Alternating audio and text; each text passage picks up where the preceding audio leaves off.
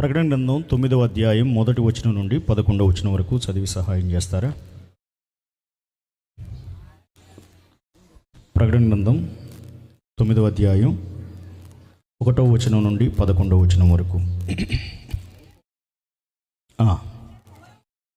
Okay,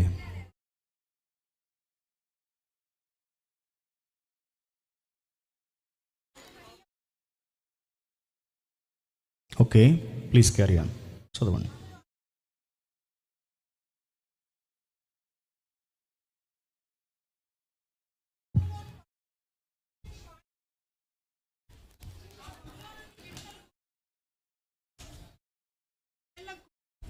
బలమున్నట్టు వాటికి బలము ఇయ్యడెను, మరియు నొసలయందు దేవుని ముద్ర లేని మనుషులకే తప్ప భూమిపైనున్న గడ్డికైనను ఏ మొక్కలకైనను వృక్షముకైనను హాని కలుగ చేయకూడదని వాటికి ఆజ్ఞ ఇయ్యబడెను. మరియు వారిని చంపుటకు అధికారం ఇయ్యబడలేదు గాని 5వ నెలల వరకు బాధించుటకు వాటికి అధికారం ఇయ్యబడెను. వాటి వలన కలుగు బాధ తేలు మనుష్యుని కుట్టినప్పుడు ఉండు బాధవలే ఉండును. ఆ దినములలో మనుషులు మరణమును వెతుకుదురు గాని అది వారికి దొరకనే దొరకదు. చావవలనని ఆశపడుదురు గాని మరణము వారి యొద్ద నుండి పారిపోవును. ఆ మిడతల రూపములు యుద్ధమునకు సిద్ధపరచబడిన గుర్రములను పోలియున్నవి. బంగారము వలె మరియు కిరీటము వంటివి వాటి తలల మీద ఉండెను. వాటి ముఖములు మనుష్య ముఖముల వంటివి. స్త్రీల తల వెంట్రుకల వంటి వెంట్రుకలు వాటికి ఉండెను. వాటి పండ్లు సింహపు కోరల వలె ఉండెను. ఇనుప మైమరుపు వంటి మైమరుపులు వాటికి ఉండెను. వాటి రెక్కల ధ్వని యుద్ధమునకు పరిగెత్తునట్టు విస్తారమైన గుర్రపు రథముల ధ్వని వలె ఉండెను. తేళ్ల తోకల వంటి తోకలను కొండ్లును వాటికి ఉండెను. 5 నెలల వరకు వాటి తోకల చేత మనుషులకు హాని చేయుటకు వాటికి అధికారం ఉండెను. పాతాళపు దూత వాటిపైన రాజుగా ఉన్నాడు. హెబ్రీ భాషలో వానికి అబద్దోనని పేరు, గ్రీసు దేశపు భాషలో వాని పేరు అపోల్లయోను. ఈ రాత్రికాల సమయంలో మీ మధ్య వాక్య పరిచర్య చేయుటకు నాకు అవకాశమును అనుగ్రహించిన తండ్రి, కుమార, పరిశుద్ధాత్మ త్రియేక దేవునికి సమస్త ఘనత మహిమ ప్రభావములు కలుగునుగాక. అని విధముగా ప్రేమతో ఆహ్వానించిన దైవజనులు ఏలియా గారి కుటుంబానికి, వారి పరిచర్యలకు ప్రత్యేకమైన వందనాలు. యోసేపు గారికి నిండు హృదయపూర్వకమైన వందనాలు. And I know pastor Ramesh గారికి ప్రత్యేకమైన వందనాలు. సిస్టర్ కరుణ గారికి. And I love this music team, but I have no time to sing. రావడమే చాలా ఆలస్యంగా వచ్చాను కనుక నేను నా ప్రసంగంలోనికి వెళ్ళిపోవడానికి ఇష్టపడుతూ ఉన్నాను. ప్రియమైన దేవుని బిడ్డలారా, దేవుడు తాను సంకల్పించిన దానిని ప్రార్థనాపరులైన ప్రవక్తలకు బయలుపరచకుండా ఏమీయూ చేయడు అని ఆమోసు గ్రంథం 3వ అధ్యాయం 8వ వచనములో లేఖనం సెలవిస్తూ ఉంది. దేవుడు ఏదైనా చేయాలి అనుకున్నప్పుడు, ఏదైనా జరిగించాలి అనుకున్నప్పుడు అకస్మాత్తుగా, యాక్సిడెంటల్గా జరిగించడు. దానిని ముందుగా తనకు దగ్గరగా ఉన్న వారికి తెలియజేస్తాడు. నేను చెయ్యబోవు కార్యం అబ్రహామునకు దాచెదనా. సొదొమ గొమొర్రా పట్టణములను నాశనము చేయదలిచినప్పుడు ఆయన నేరుగా వచ్చి నాశనము చేయలేదు కానీ ముందుగా అబ్రహామునకు ఆ సంగతి తెలియజేసిన పిమ్మటనే దాని నాశనమునకు ఆయన ఉపక్రమించినాడు. దానియేలు చాలా ఏండ్ల పాటు ప్రార్థనా పరుడుగా ఉన్నాడు. 15 సంవత్సరాల వయసులో ప్రారంభించిన ప్రార్థనా జీవితం 90 ఏండ్ల వయసు వచ్చినా కానీ దానియేలు కొనసాగించాడు, ఎక్కడా ఆపకుండా. ఆ కారణమున దానియేలు తన జీవితంలో 5 రాజులను చూచాడు. ఎవిల్మెరోదకు అనే ఒక రాజు, నెబుకద్రెజరు అనే ఒక రాజు, బెల్షాజరు అనే ఒక రాజు, మాదియా పారసీక రాజులైన దర్యావేషు, కోరేషు అనే 5 రాజుల్ని తన జీవితంలో చూచాడు. 5 రాజుల మీద విజయమును పొందుకునేంత దైవికమైన దర్శనముల భావమును తెలియజేసే కృప దేవుడు దానియేలుకు దయచేశాడు. అబ్రహాము 75 సంవత్సరాల వయసులో పిలువబడ్డాడు. 175 ఏళ్ళు బ్రతికాడు. 100 ఏళ్ళు విశ్వాసములో నడిచాడు. గనక నేను చేయబోవు కార్యం అబ్రహామునకు దాచెదనా.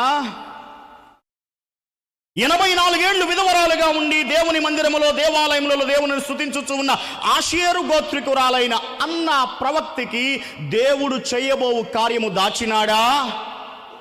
లేదే. ఆ వరుసలోనికి వచ్చేటువంటి మహోన్నతమైన అపోస్తలుడు యోహాను, ప్రభువైన యేసు క్రీస్తు వారి యొక్క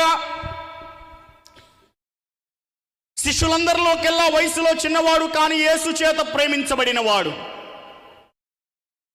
ఈ అపోస్తలుడైన యోహాను యవన దశలోనే యేసును అంగీకరించాడు. వృద్ధుడుగా సుమారు 90 ఏళ్ల పైన బ్రతికాడు దానియేలుకులాగా. ఈ 90 ఏళ్ళు ప్రార్థనా జీవితమే, వాక్య ధ్యానమే, పరిశుద్ధమైన ప్రవర్తనే, విశ్వాసపు అనుభవాలే. ఇంకొక లోకమంటూ పాపమంటూ ఎరగకుండా దేవుని కొరకు నీతిగా బ్రతికిన యోహానుని ఈ లోకము పద్మాసు ద్వీపంలో పడవేసింది. పద్మాసు ద్వీపం అంటే చుట్టూ సముద్రం ఉంటుంది, మధ్యలో నేల ఉంటుంది. ఆ నేల ఐసోలేషన్, ఒంటరితనం అనుభవించి మనిషి మానసికంగా కృంగిపోయి భయంతో నరకయాతన అనుభవించి చనిపోవలసిన ప్రదేశం, ఖైదీలకు శిక్ష వేసే ప్రాంతం అది.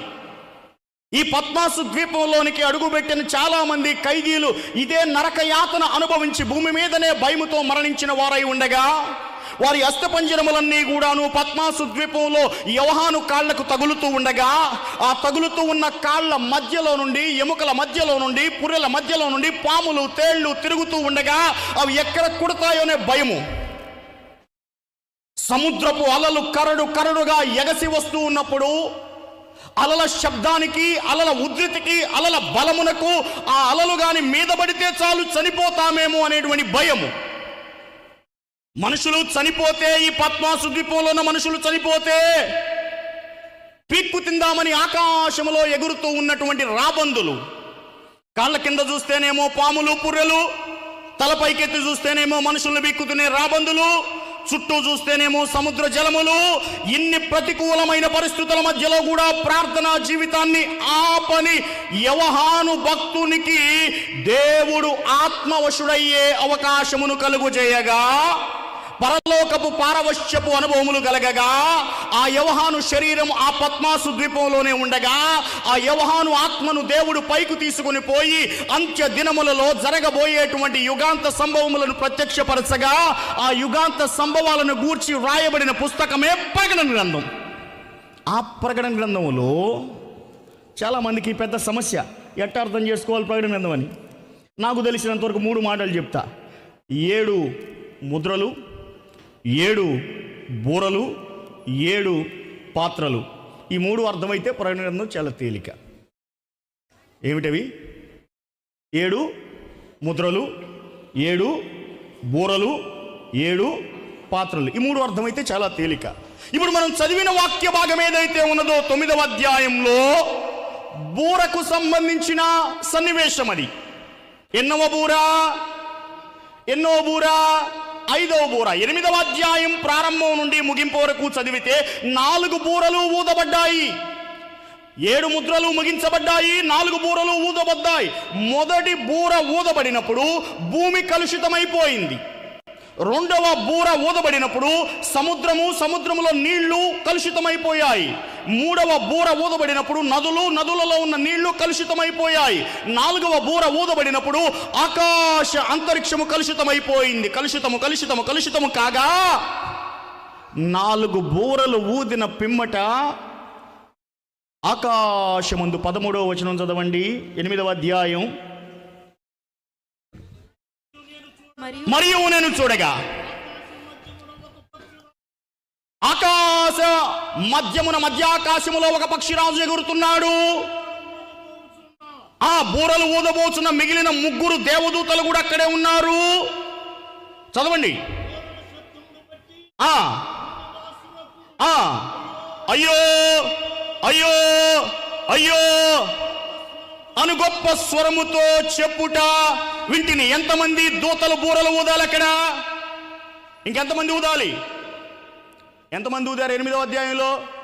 4. మొత్తం ఎన్ని బూరలు? 7. ఇంకెన్ని ఊదబడాలి? 3 బూరలు ఊదడానికి ఎవరు రెడీగా ఉన్నారు? 3 దేవదూతలు. ఆ 3 దేవదూతలు బూరలు ఊదబోయే ముందుగా దేవుడు మధ్యాకాశంలో ఒక పక్షిరాజును, ఒక గద్దను చూపిస్తూ ఉన్నాడు. ఈ పక్షిరాజు ఆకాశములో, మధ్యాకాశంలో తిరుగుతూ ఉన్నాడు, ఎగురుతూ ఉన్నాడు. ఎగరడం వింత కాదు, తిరగడం వింత కాదు. కానీ వింత ఏమిటంటే అక్కడ పక్షిరాజు నోరు తెరిచి మాట్లాడుతూ ఉన్నాడు. దేవుడు పక్షిరాజు చేత మాట్లాడించగలడా లేదా? హలో, మాట్లాడిస్తాడా? గాడిద చేత మాట్లాడించగలడా లేదా? మాట్లాడిస్తాడా? సముద్రములో తిరుగుతున్న చేప నోట్లోనికి షెకెలు వెళ్ళగలిగేలా చేస్తాడా లేదా? చేయగలుగుతాడా? అదే చేప పెద్ద చేప అయితే అదే చేప ఒక మనిషిని మింగగలిగేలా చేస్తాడా లేదా? చేస్తాడా? దేవునికి అసాధ్యమైనది ఏది లేదు. ఒక పక్షిరాజు మధ్యాకాశంలో తిరుగుతున్నాడు, ఒక పక్షిరాజు మధ్యాకాశంలో ఎగురుతున్నాడు. ఒక గెద్ద, ఒక పక్షిరాజు ఎగరడం విశేషం కాదు, కానీ మాట్లాడడం విశేషం. ఏమని మాట్లాడుతూ ఉన్నాడు? ఏమైనా పెద్ద పెద్ద ప్రసంగాలు చెప్తున్నాడా? కాదే. ఖాళీగా ఊసుకోలు ముచ్చట్లు ఏమైనా చెప్తున్నాడా? లేదే. మూడు మాటలు మాట్లాడాడు. ఏమిటవి? అయ్యో అయ్యో అయ్యో. ఈ మాట దేనికి సంబంధించింది? సంతోషంగా ఉన్నప్పుడు పలికేదా, బాధగా ఉన్నప్పుడు పలికేదా? ఏ బాధగా ఉన్నప్పుడు పలుకుతారు మీరు అయ్యో అని? ఏ బాధ వచ్చినప్పుడు అయ్యో అని పలుకుతారు మీరు? మరణకరమైన బాధ కలిగినప్పుడా? ఎట్టా ఉండాల్సినోడు ఎట్టా అయిపోయాడు అనుకుని వాడి యొక్క ఏమంటారు దుస్థితిని చూసినప్పుడా, హీనస్థితిని చూసినప్పుడా? బాధాకరము, వేదాకరము. అయ్యో సువార్తను ప్రకటింపబోయిన ఎడ్ల నాకు శ్రమ. అయ్యో నేనెంత దౌర్భాగ్యుడను, ఇట్టి మరణం నుండి నన్ను విడిపించగలవాడు ఎవడు? ప్రభువైన యేసుక్రీస్తు వారు పరిసయ్యులను గురించి ఖండిస్తూ అయ్యో పరిసయ్యులారా, అయ్యో పరిసయ్యులారా, అయ్యో పరిసయ్యులారా అంటారు. అయ్యో అనే ఎక్స్ప్రెషన్ ఏదైతే ఉందో అది భూనివాసుల మీదకి లేదా పలకబడిన వారి మీదకి రాబోతున్న శ్రమకు సంబంధించిన మాట. ఈ పక్షిరాజు మధ్యాకాశంలో ఎగురుతూ పలికిన మాట అయ్యో. ఎందుకు అయ్యో అని పలుకుతున్నావు పక్షిరాజు? ఎందుకు అయ్యో అని పలుకుతున్నావు పక్షిరాజు? 3 బూరలు ఊదబడవలసి ఉండగా, 3 దేవదూతలు సిద్ధముగా ఉండగా మధ్యలో నువ్వు దూరి అయ్యో అయ్యో అయ్యో అని పలకడం వెనకాల ఆంతర్యం ఏమిటి? పక్షిరాజులను గురించి మాట్లాడితే యోబు గ్రంథంలో యోబు అంటాడు 12వ అధ్యాయం 7వ వచనంలో, ఆకాశ పక్షుల దగ్గరికి వెళ్ళి విచారించము, అవి దేవుని గురించి నీకు తెలియజేస్తాయంటాడు. అంతేనా? సామెతల గ్రంథంలో సొలొమోను ఏమంటాడు? ప్రసంగి గ్రంథంలో, సామెతల గ్రంథంలో ఏమంటాడు? ఆకాశ పక్షులు సమాచారమును మోసుకొని పోవును అంటాడు. ఆకాశ పక్షులు సమాచారం మోసుకొని పోతాయి. ఆకాశ పక్షులు దేవుని గూర్చి విచారణ చేసిన వారికి జవాబునిస్తాయి. అంతవరకు బానే ఉంది. హెస్కేల్ గ్రంథం 39వ అధ్యాయం మీరు చదవగలిగితే 17వ వచనం నుండి 20వ వచనం వరకు ఉన్న వాక్య భాగంలో మాగోగు, గోగు అండ్ హెమోన్ గోగు అనేటువంటి 3 విపత్కరమైన పరిస్థితులను గూర్చి మాట్లాడిన పిమ్మట దేవుడు ఆకాశంలో తిరుగుతున్న పక్షులను పిలిచి అంటారు, రండి మీ కొరకు నేను విందు సిద్ధం చేశాను. ఏ విందు ప్రభువా? గద్దలేం తింటాయి? రాబందులు ఏం తింటాయి? వెజిటేరియనా, నాన్ వెజిటేరియనా? ఏయా ఇక్కడ వెజిటేరియనా, నాన్ వెజిటేరియనా? గద్దలు తినేయి. నాన్ వెజిటేరియనేనా? మాంసమేనా? పీనుగ ఎక్కడ ఉండును? ప్రభు ఏం చెప్పాడు? పీనుగ ఎక్కడ ఉండును? గద్దలు అక్కడ తిరుగుతాయి. గద్దలకేం కావాలి? పీనుగులు కావాలి. అయితే ఈ హెస్కేల్ గ్రంథం 39వ అధ్యాయం 17వ వచనం నుండి 20వ వచనం వరకు రాయబడిన వాక్య భాగంలో ఆకాశ పక్షులకు, ఆకాశంలో తిరిగే గద్దలకు చెప్తున్న మాట ఏమిటంటే, రండి మీకోసం నేను విందు ఏర్పాటు చేశాను. ఏ విందో తెలుసా? అది యుద్ధము అయిపోయిన పిమ్మట చనిపోయిన వారు ఉన్నారే మనుషుల కళేబరములను పీక్కు తినే విందు నేను మీకు ఏర్పాటు చేశాను. మరలా ప్రకటన గ్రంథం 19వ అధ్యాయంలోనికి వస్తే మీరు 19వ అధ్యాయంలో 17, 18 వచనాల్లో కూడా దేవుని గొప్ప విందుకు దేవుడు ఆకాశంలో ఎగురుతున్న పక్షులను పిలిచాడు. ఆకాశ పక్షులకు దేవుడు విచారణ చేసిన వారికి జవాబిచ్చే అవకాశం ఇచ్చాడు. ఆకాశ పక్షులకు దేవుడు సమాచారాన్ని ఒక చోట నుండి ఇంకొక చోటికి తీసుకుపోయే అవకాశం ఇచ్చాడు. ఆకాశ పక్షులకు దేవుడు గొప్ప విందును ఏర్పాటు చేశాడు. ఇవన్నీ ఆకాశ పక్షులకు, మధ్యాకాశంలో తిరుగుతున్న గ్రద్దలకు, ఇవన్నీ మధ్యాకాశంలో తిరుగుతున్న రాబందులకు, మధ్యాకాశంలో తిరుగుతున్న పక్షిరాజుకు దేవుడు ఏర్పాటు చేసినటువంటి ఒక అవకాశం. అయితే ఇప్పుడు మనం చూసిన వాక్య భాగంలో 8వ అధ్యాయం ప్రకటన గ్రంథంలో 13వ వచనంలో ఒక పక్షిరాజు తిరుగుతూ ఉన్నాడు. ఈ పక్షిరాజు మాత్రము ఈ విందు గురించి ఆలోచన చేయడం లేదు, సమాచారం గురించి ఆలోచన చేయడం లేదు, అడిగిన వారికి జవాబు ఇవ్వాలని ఆలోచన చేయడం లేదు. ఒకే మాట పలుకుతున్నాడు, 3 సార్లు పలుకుతున్నాడు. ఏమిటి ఆ మాట? అయ్యో. ఏమిటి ఆ మాట? అయ్యో. ఏమి జరగబోతుందని నువ్వు ఆకాశంలో అయ్యో అయ్యో అయ్యో అని అరుస్తున్నావు పక్షిరాజు? అని అడిగితే చెప్తాడు, ఇప్పటి వరకు 4 బూరలు ఊదబడినప్పుడు భూమి కలుషితం అయిపోయింది, సముద్రం కలుషితం అయిపోయింది, నది కలుషితం అయిపోయింది, వాయుమండలం కలుషితం అయిపోయింది. కానీ ఇక మీదట 3 బూరలు ఊదబోతున్నామే, ఇక మీదట ఊదబోయే 3 బూరలు ఉన్నాయే. ఈ 3 దేవదూతలు బూరలు ఊదబోతున్నారే. ఆ 3 దేవదూతలు 3 బూరలు ఊదబోతున్నప్పుడు ఇదిగో ప్రత్యక్షంగా సాతాను అనుచరులైన దురాత్మలు, అంధకార చీకటి సంబంధ శక్తులు, ఆకాశమందు తిరుగుతున్నటువంటి దయ్యముల అధిపతులు అందరూ కూడా భూమి మీదకి రాబోతున్నారు. నరుల మధ్యలోనికి నేరుగా రాబోతున్నారు. వారు వచ్చి తిరిగిన దినమున నరులకు కనబడబోయేటువంటి జరగబోయేటువంటి ఆ శ్రమను వీళ్ళు తాళలేక వారు అరిచే అరుపులను నేను ముందుగానే గ్రహించిన వాడనై, వాళ్ళ మీదకి రాబోతున్న శ్రమ ముందుగానే తెలుసుకున్న వాడనై, వాళ్ళకు పట్టబోయే గతిని ఎరిగిన వాడనై, వారి భవిష్యత్తు తెలిసిన వాడనై, అయ్యో మనుషులకు ఇంత శ్రమ రాబోతుందా, అయ్యో కుటుంబాలకు ఇంత శ్రమ రాబోతుందా, అయ్యో నరులకు ఇంత బాధ కలగబోతుందా అని వారిని గూర్చి ముందుగా తెలిసిన వాడనై దేవుని చేత అయ్యో అయ్యో అయ్యో అని నేను మూలుగుచూ ప్రకటించుచూ ఉన్నాను, అరుస్తూ ప్రకటిస్తూ ఉన్నాను. నరుల మీదకి రాబోతున్న బాధ చాలా భయంకరమైనది, మాటలలో వర్ణించలేనిది, చేతలలో చూపించలేనిది. అది దేవుని మనోనేత్రమునకు మాత్రమే తెలిసినది. దేవుడు ఆకాశములో ఇంతవరకు దాచి ఉంచినది ఇక మీదట జరగబోతుంది అని. పక్షిరాజు అయ్యో ఏమన్నాడు? అయ్యో అయ్యో జాలి పడుతూ అన్న మాట కాదది, నొప్పితో అన్న మాట కాదది, తన కోసం పలికిన మాట కాదది. నరుల మీదకి భూమి మీద రాబోతూ ఉన్న శ్రమలు 3 శ్రమలు చాలా భయంకరమైనవి గనక అందులో ఒకటి మనం ఈ రాత్రి ధ్యానం చేయబోతున్నాం. 9వ అధ్యాయం ప్రారంభ వచనం ఒకసారి చదవండి. ఏ బూరా? 5వ దూత ఎన్నో బూర ఊదాడు. 5వ బూర ఊదినప్పుడు ఆకాశము నుండి ఏమి చూశాడు? నక్షత్రం చూశాడు. రైట్. అగాధం యొక్క తాళపు చెవి అతనికి ఇవ్వబడింది. ఇప్పుడు నా ప్రశ్న బాగా వినండి. అగాధం యొక్క తాళపు చెవి పడిపోయిన నక్షత్రానికి ఇవ్వబడిందా, బూర ఊదిన దేవదూతకి ఇవ్వబడిందా? హలో, అగాధానికి తాళపు చెవులు ఉన్నాయా? అంటే పాతాళానికి తాళపు చెవులు ఉన్నాయా? యేసుక్రీస్తు ప్రభువు పేతురును చూసేమన్నాడు? పేతురు, నీవు పేతురువు, ఈ బండ మీద నా సంఘాన్ని కడతాన్న తర్వాత ఏమన్నాడు? పాతాళలోక ద్వారములు దాని ఎదుట. అంటే పాతాళానికి ద్వారాలు ఉన్నాయా లేవా? పాతాళ ద్వారములకు తలుపులు ఉంటాయా ఉండవా? ఆ తలుపులకు తాళం ఉంటుందా ఉండదా? ఆ తాళపు చెవి ఎవరి దగ్గర ఉంది? దేవుని దగ్గర ఉంది. దేవుని దగ్గర ఉన్న ఈ పాతాళ లోకపు తాళపు చెవి ఇప్పుడు ఎవరికి ఇవ్వబడింది? ఆకాశం నుండి రాలిన నక్షత్రానికి ఇవ్వబడిందా, లేదా బూర ఊదిన దేవదూతకి ఇవ్వబడిందా? ఇంతకీ నక్షత్రం మనం చూసే నక్షత్రమా, లేకపోతే ఏదైనా ఒక వ్యక్తి రూపమా? ఆకాశం నుండి రాలిన నక్షత్రం అని దేనిని గూర్చైతే మాట్లాడుతున్నారో అది సాతానును గూర్చి మాట్లాడుతున్న మాట. దేనిని గూర్చి?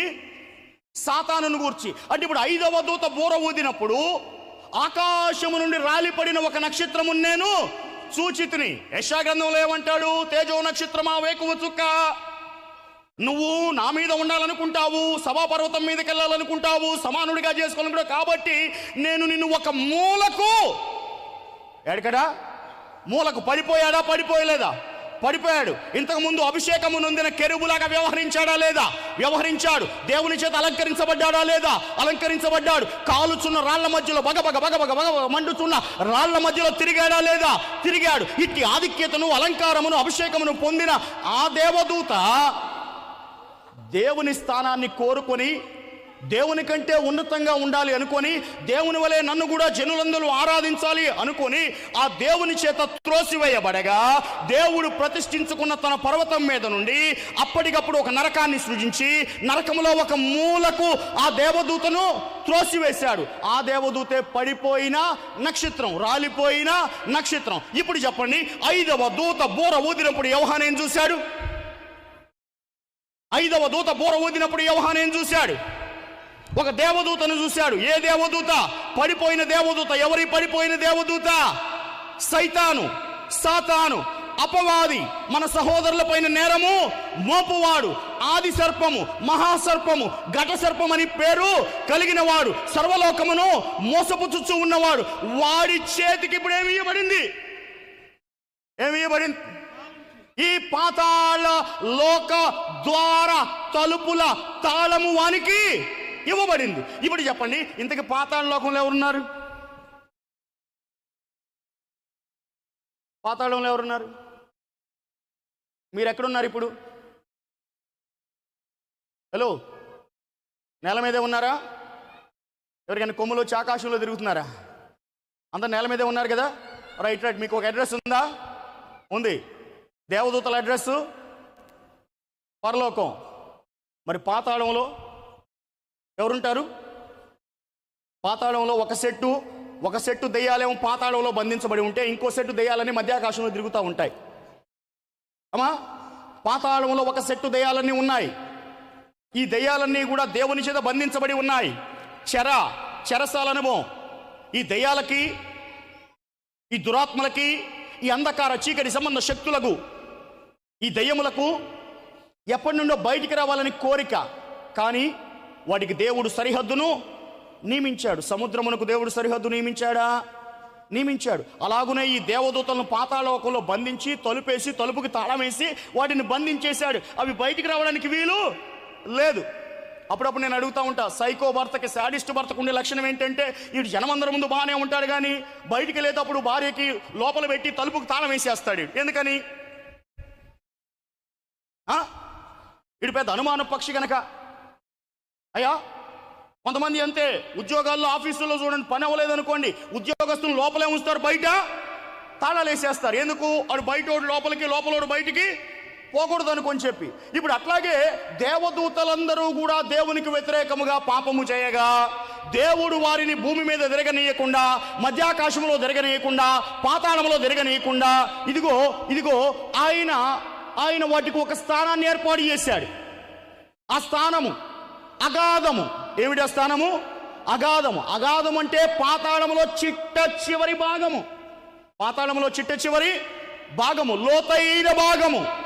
ఇక దానికి మించి కింద ఏమీ లేదు. ఆ లోతైన భాగంలో ఎవరున్నారు? ఇప్పుడు దేవుని చేత బంధించబడిన దురాత్మలు, దెయ్యాలు ఉన్నాయి. ఈ దెయ్యములకు అధిపతి ఎవరు? 11వ వచనం చదివితే, పాతాళపు దూత వాటిపైన రాజుగా ఉన్నాడు. ఎవరి పాతాళపు దూత? ఇబ్రీ భాషలోనైతేనేమో అబద్దోను, గ్రీకు భాషలోనైతేనేమో అపొల్లయోను. అపొల్లయోనన్న అర్థం ఏమిటి? నాశనము చేయువాడు. ఏం చేసేవాడు? ఎవరు రాజుగా ఉంది ఇప్పుడు పాతాళానికి? నాశనం చేసేవాడు. దేనికోసం ఎదురు చూస్తున్నాడు? నాశనం కోసం ఎదురు చూస్తున్నాడు. వాడు నాశనం కోసం ఎదురు చూస్తూ ఉన్నాడు, కానీ వాడికి నాశనం చేయడానికి ఇంతకాలం అవకాశము రాలేదు. వాడు నాశనం కోసం ఎదురు చూస్తున్నాడు, కానీ పాతాళంలోంచి బయటకు రావడానికి వాడికి ఇంతకాలం అవకాశము రాలేదు. అగాధంలోంచి బయటకు రావడానికి వాడికి ఇంతకాలం అవకాశము రాలేదు. ఇప్పుడు ఎప్పుడైతే 5వ దూత బూర ఊదినాడో, ఆకాశము నుండి రాలి పడిపోయిన నక్షత్రము వంటి సైతానుని ఎప్పుడైతే చూసినాడో, ఆ సైతాను చేతికి ఎప్పుడైతే దేవుడు పాతాళలోక ద్వారముల యొక్క తాళపు చెవినిచ్చినాడో, ఆ తాళపు చెవిని తీసుకొని సాతాను పరిగెత్తుకుంటూ పోయి ఆ తాళపు చెవితో తాళమును తీయగా, దేని తాళం? పాతాళ లోకము యొక్క తాళం. ఆకాశానికి దేవుడు తూములు వేశాడు, వేయలేదా? వేశాడు. ఆ తూములు విప్పాడా? విప్పలేదా? విప్పాడు. ఆకాశానికి తూములు వేసిన దేవుడే పాతాళానికి తాళం కూడా వేశాడు. ఆకాశపు తూములు ఎప్పుడు విప్పాలో దేవుడికి బాగా తెలుసు. పాతాళ లోకానికి తలుపులు ఎప్పుడు తీయాలో దేవుడికి బాగా తెలుసు. ఆయన పాతాళ లోకపు తాళపు చెవిని ఇవ్వగా, సాతాను పోయి ఆ తాళము చెవిని గబగబ తీయగా, తీసిన వెంటనే మొదటగా ఏం బయటకు వచ్చింది బిడ్డలారా? వాక్యం చదివి చెప్పండి. అయ్యగారు ఆయన చదవనిద్దాం సార్, పాపం వాళ్ళు అమాయకంగా చూస్తున్నారు. అన్నీ మీరే చదువుకున్నారు, మీరే చెప్పుకున్నారు, మాదేం లేదా, చిరిపోంటామని అన్నట్టుగా ఉన్నారు. వాళ్ళని కూడా కాసేపు పార్టిసిపేట్ చేయనిద్దాం. చదవండి అక్క.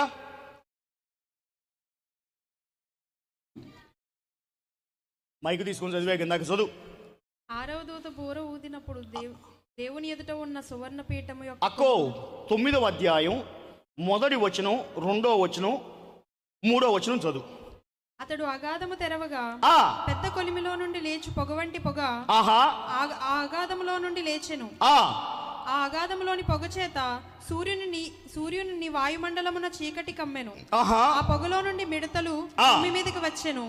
భూమిలో ఉండు తేళ్లకు బలమున్నట్టు వాటికి బలము ఇయ్యబడెను.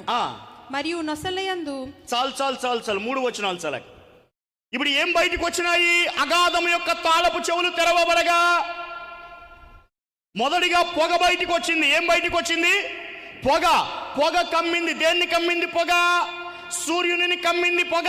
సూర్యుడి కాంతి వస్తుందా పొగ కమ్మితే? రాదు. తర్వాత ఏం కమ్మింది? దేన్ని కమ్మింది? పొగ.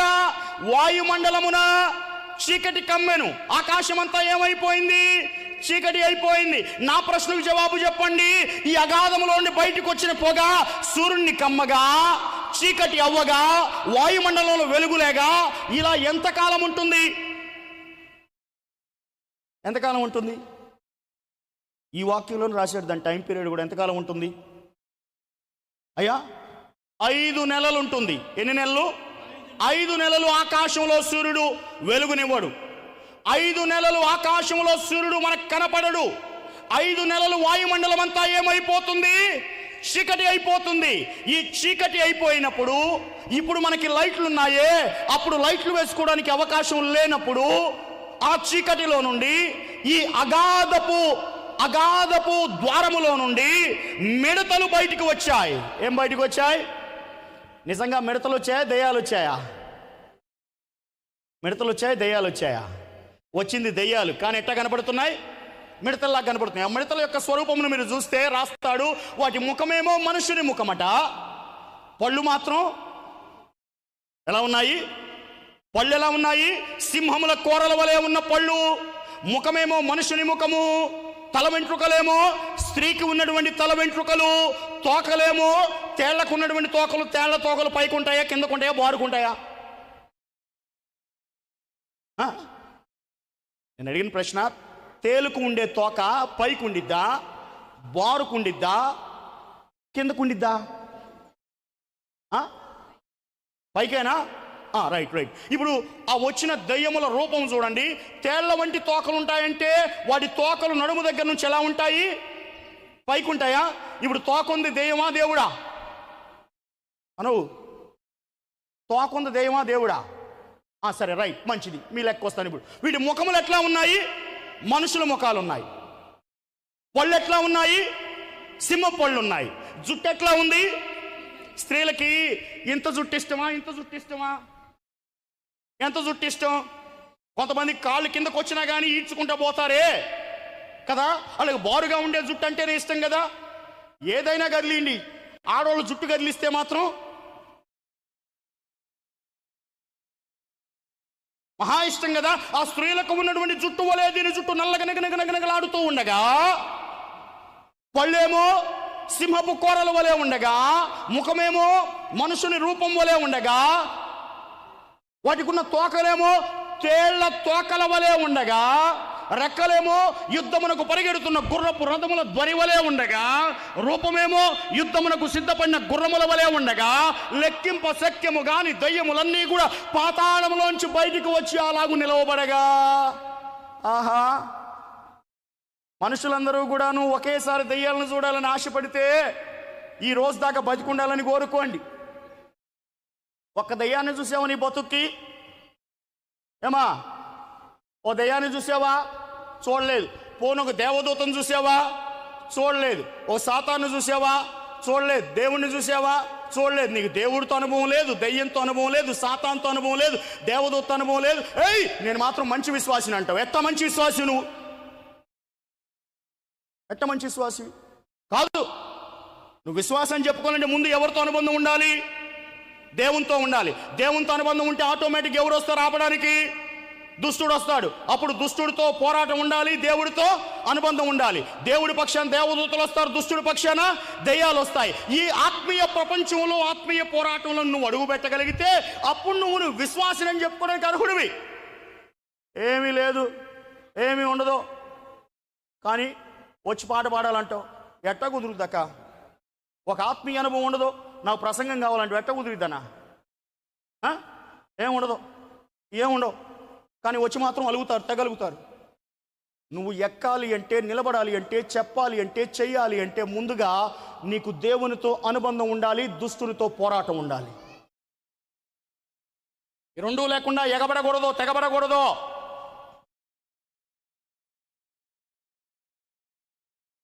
దేవునితో అనుబంధం ఉండాలి, దుష్టుడితో పోరాటం ఉండాలి.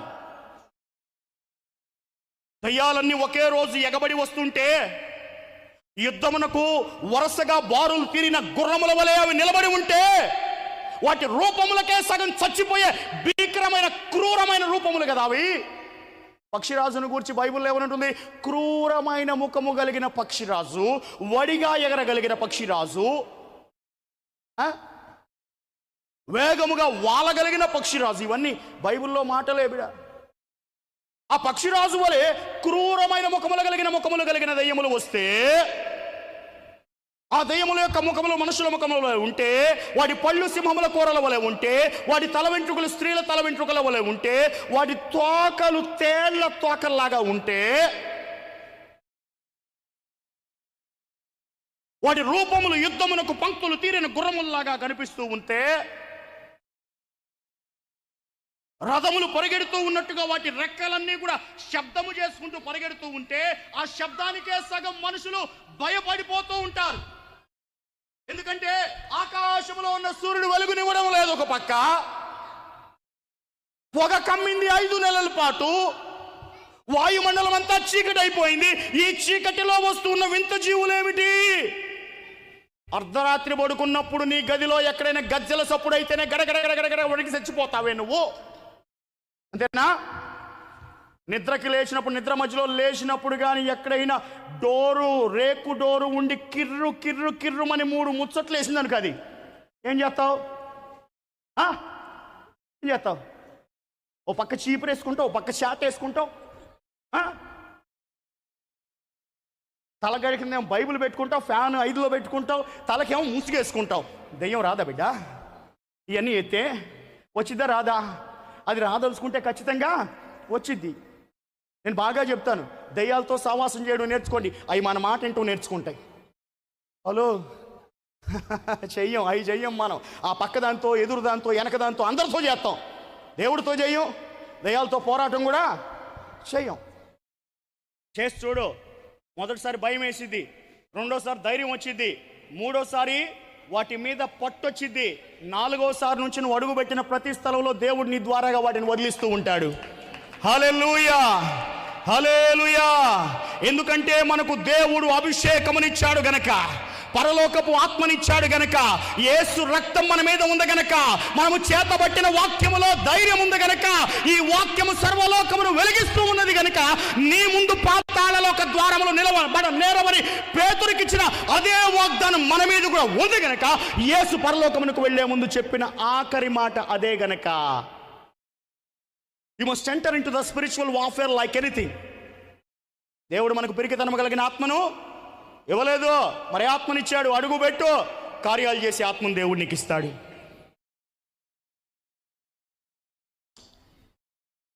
బయటకు వచ్చాయి, వాటి రూపం బాగుంది, వాటి పనేంటి? ఇంతకు ఎందుకు వచ్చినాయి? ఇంతకు బయటికి ఎందుకు వచ్చినాయి? పాతాళంలోంచి, అగాధంలోంచి బయటికి ఎందుకు వచ్చినాయి బిడ్డ? ఊరికి నేను చూసిపోదామని వచ్చినాయా? వాటికి బాధ్యత తెలియకుండా వచ్చినాయా? ఏం చేయాలి అర్థం కాకుండా వచ్చినాయా? ఎందుకు వచ్చినాయి బయటికి దయ్యాలు? 5 నెలల పాటు మనుషులను బాధించడానికి వచ్చినాయి.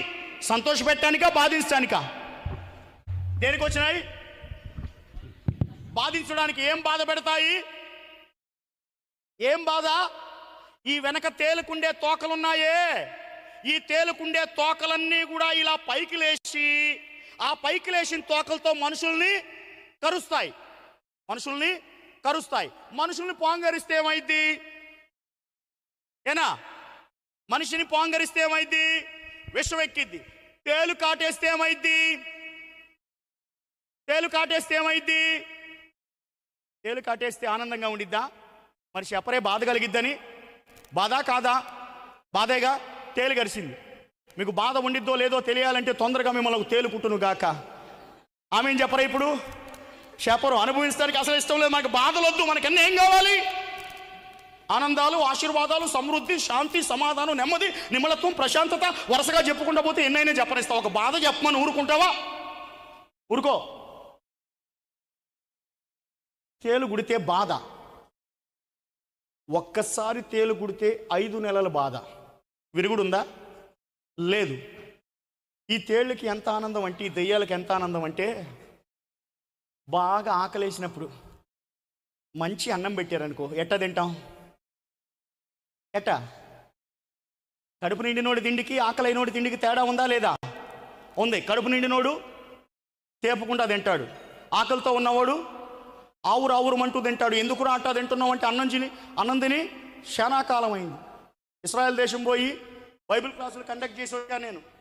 మొదటి రోజు పెద్దగా ఎవరు రెస్పాండ్ అవ్వలేదు, కానీ రెండవ రోజు నుండి జనం 8 గంటలకు రండి అంటే 6 గంటలుగా వచ్చి కూర్చున్నారు. ఎందుకురా అంటే, అయ్యా నీ వాక్యం విని, దేవుని వాక్యం విని, ప్రశాంతంగా విని శానాకాలం అయిందయ్యా అనుకుంటా వచ్చి కూర్చున్నారు. సరే మంచిది, కూర్చోండి అన్నాను. ఇంతకాలం మీకు ఏం కరువు అయింది అని అడిగితే వాక్యం కరువు అయింది. అన్నం లేనివాడికి ఏం కరువు అయింది? అన్నం కరువు అయింది. ఇప్పుడు దెయ్యాలకి ఏం కరువు అయింది? దెయ్యాలకి ఏం కరువు అయిందని వచ్చినాయి. దెయ్యాలకి ఇంతకాలం మనుషుల్ని బాధ పెట్టే అవకాశం కరువైంది. ఇప్పుడు వాటికి ఏమొచ్చింది?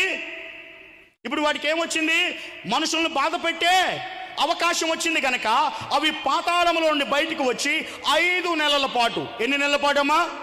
5 నెలల పాటు మనుషులను బాధ పెట్టడానికి వాటికి అవకాశము ఇవ్వబడింది. అయితే ఒక కండిషన్ ఉంది. మీరు గమనించారో లేదు? వాక్యం మొత్తం మీద కండిషన్ ఏమిటంటే, 2 రకాలకి వాళ్ళు హాని చేయకూడదని ఉంది. కండిషన్ ఏంటి చెప్పండి? 2 రకాలు ఏంటి అక్కడ?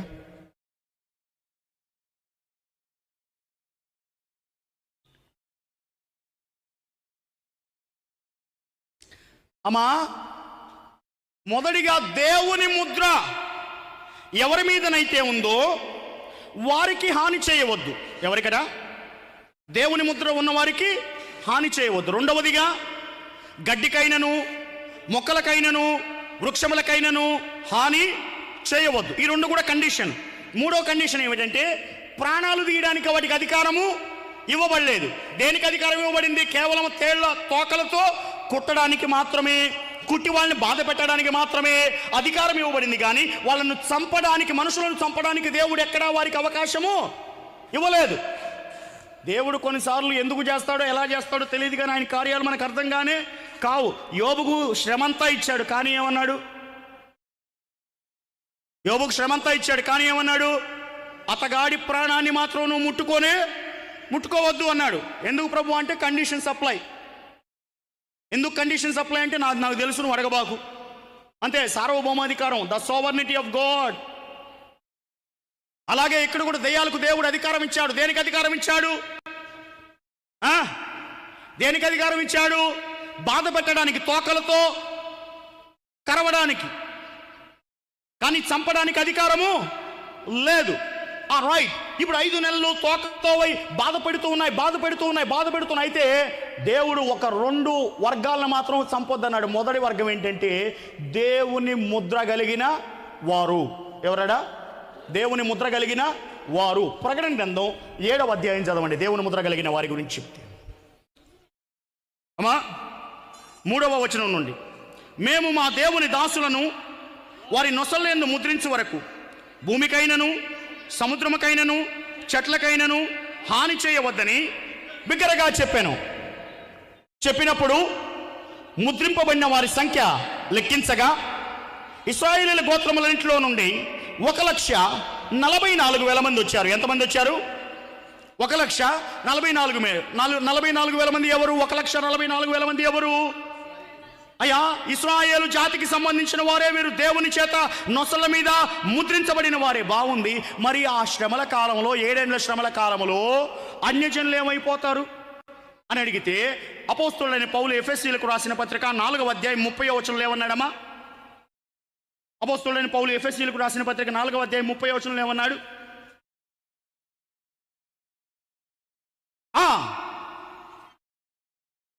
విమోచన దినం వరకు ఆయన యందు మీరు ముద్రించబడ్డవారు. ఎఫెసీ పత్రిక ఎవరికి రాయబడింది? ఎఫెసీలు అన్యులా యూదులా? అన్యులు. ఎఫెసీల మహాదేవి అర్తామీదేవి అని అరిశారే కరణం గారితో కలిసి 2 గంటల పాటు పౌలు వెళ్ళినప్పుడు, వీళ్ళు అన్యులా యూదులా? అన్యులు. ఈ అన్యులు 2 గంటల పాటు ఎఫెసీల మహాదేవి అర్తామీ మహాదేవి అని అరిశారే, వీళ్ళు అన్యులు. అందులో నుండి దేవుడు రక్షించుకున్న జనాంగం ఎఫెసీ సంఘం. ఈ సంఘానికి పౌలు ఏం చెప్తున్నాడంటే, సంఘ బిడ్డలారా, మీరు ముద్రించబడిన వారు. మీరెవరు? ముద్రించబడిన వారు. అన్యులు ముద్రించబడిన వారు ఉన్నారు, ఇశ్రాయేలీయులు ముద్రించబడిన వారు ఉన్నారు. ఈ 7 ఏళ్ల శ్రమలకు తాళలేక ఈ 5వ బుర్ర మూగడానికి ముందుగానే వాళ్ళందరూ ప్రభువును రక్షకునిగా అంగీకరించారు గనక ఈ 1,44,000 మంది ఇశ్రాయేలీయులను, అలాగునే ప్రభువును రక్షకునిగా అంగీకరించిన శ్రమలలో ప్రభువును రక్షకునిగా అంగీకరించిన అన్యజనులను, యూదులను, అన్యజనులను కలపగా దేవుని ముద్ర నొందిన వారందరూ ఒక గుంపయ్యారు. వారి జోలికి మాత్రం మీరు పోవద్దన్నాడు. సంఘం అంటే ఎప్పుడైనా యూదులు, అన్యులు. లేఖనాల ప్రకారం సంఘం అంటే యూదులు, అన్యులు. ఇప్పుడు వద్దాం, ముద్ర పొందిన వాళ్ళ లెక్క పక్కన పెడదాం. తర్వాత ఎవరికి కీడు చేయొద్దన్నాడు? ఈ మిడతల వలె వచ్చిన దెయ్యాలకి ఇవ్వబడిన ఇంకొక ఆజ్ఞ, కండిషన్ ఏమిటి? గడ్డికైనను, మొక్కలకైనను, వృక్షములకైనను హాని చేయవద్దు. ఇప్పుడు నా ప్రశ్నకు జవాబు చెప్పండి. గడ్డి ఏ రంగులో ఉండిద్ది? పచ్చరంగేనా? మొక్కలు ఏ రంగులో ఉంటాయి? పచ్చరంగేనా? చెట్టు ఏ రంగులో ఉంటుంది? అంతేనా? అయ్యా, నా మాట బాగా వినాలి. గడ్డి పచ్చరంగు, మొక్క, చెట్టు పచ్చరంగు. ఇప్పుడు మనం మాట్లాడుకుందాం, సింపుల్గా మాట్లాడుకుందాం. అంటే ప్రభు వాళ్ళకి ఇచ్చిన ఆజ్ఞ ఏంటంటే, పచ్చగా ఉన్న వాటి జోలికి మీరు, అంతేనా? దేవుని ముద్ర నొందిన వాళ్ళ జోలికి మీరు పోవద్దు. అది ఒక సపరేట్ సెక్షన్. రెండవది ఏం చెప్తున్నాడు ఇక్కడ? పచ్చగా ఉన్న వాటి జోలికి మీరు పోవద్దు. ఈ 2 కూడా ఆజ్ఞ. 5 నెలలు మీరు బాధ పెట్టండి, తోకలతో కరవండి, కొట్టండి, కానీ దేవుని ముద్ర నొందిన దాసుల మీదకి మాత్రం మీరు పోవద్దు. పచ్చగా కనపడుతున్న గడ్డి జోలికి కానీ, మొక్కల జోలికి కానీ, వృక్షముల జోలికి కానీ మీరు పోవద్దు అన్నాడు. ఈ 5 నెలలు కూడా దెయ్యాలు మొక్కల జోలికి పోవు, గడ్డి జోలికి పోవు, అయా వృక్షముల జోలికి పోవు, పచ్చగా కనపడే దేని జోలికి కూడా పోదు. ఇప్పుడు పాయింట్ ఏమిటంటే, పచ్చగా ఉన్న వాళ్ళ జోలికి దెయ్యాలు రావు. ఇప్పుడు ఇదేదో 7 ఏళ్ల శ్రమల కాలంలో జరిగే సంగతి. అసలు మాకెందుకు పాస్టర్ గారు? ఇప్పుడు ఈ గోలంతా ఎందుకు? పాతాళం అంటున్నావు, అబద్ధం అంటున్నావు, అపలయోన్ అంటున్నావు, 5వ బోర్ అంటున్నావు, అసలు మాకు దీనికి సంబంధం ఏంటి అని అడగొచ్చు గాక మీరు. మీకు విషయం చెప్తాను, వినండి. ఇది యథార్థంగా జరగబోయే సంఘటన, కానీ దీని ఛాయ ధర్మ విరోధమైన క్రియ, ధర్మ విరోధమైన మర్మము ఇప్పటికే క్రియ చేయిచు ఉన్నది అన్నాడు కదా. అన్నాడు. తర్వాత ఏమన్నాడు? అంత్య అబద్ధ క్రీస్తు రాబోతున్నాడు, ఇప్పటికే లోకములో అనేకులు బయలుదేరి ఉన్నాడు అన్నాడు. అంటే ఇది జరగబోతూ ఉంది, కానీ దాని యొక్క నీడ ఆల్రెడీ ఇప్పుడు భూమి మీద ఉంది. దేని నీడ? దెయ్యములు మనుషులను బాధ పెట్టేటువంటి నీడ భూమి మీద ఇవాళ ఉంది. నా ప్రశ్నకు బాగా జవాబు చెప్పండి. మనుషులు తమ మనసుకు నచ్చినట్టుగా, ఇష్టం వచ్చినట్టుగా నడుచుకుంటున్నారంటే దెయ్యముల నీడ ఈరోజు భూమి మీద ఉందా లేదా? మనుషులు విచ్చలవిడితనానికి అలవాటు పడ్డారు అంటే, ఎవరి మాట వినకుండా, ఎవరిని లెక్క చేయకుండా, ఎవరిని పట్టించుకోకుండా, చెప్పేవాడు లేక, చెందేవాడు లేక, మాట మందలింపొద్దు, ప్రేమ పలకరింపొద్దు, నాకెవడు చెప్పాల్సిన పని లేదు, నా బ్రతుకు నా ఇష్టం వచ్చినట్టు బ్రతుకుతాను అనుకున్నాను అంటే వాడి మీద దెయ్యముల ప్రభావం ఉందా లేదా? నరులు తమకు నచ్చినట్టుగా నేరములు వరుసగా చేసుకుంటూ పోతూ దానిని ఒక ఫ్యాషన్ లాగా మార్చేసుకుంటే వారి మీద దెయ్యముల నీడ ఉందా లేదా? వ్యాపార సంస్థలు మోసములు చేస్తూ ఉంటే, మొన్న ఒక పెద్ద మాట నేను వినాల్సి వచ్చింది. ప్రపంచంలో అత్యంత సక్సెస్ఫుల్ గా సాగుతున్న బిజినెస్ ఏదో చెప్పండి.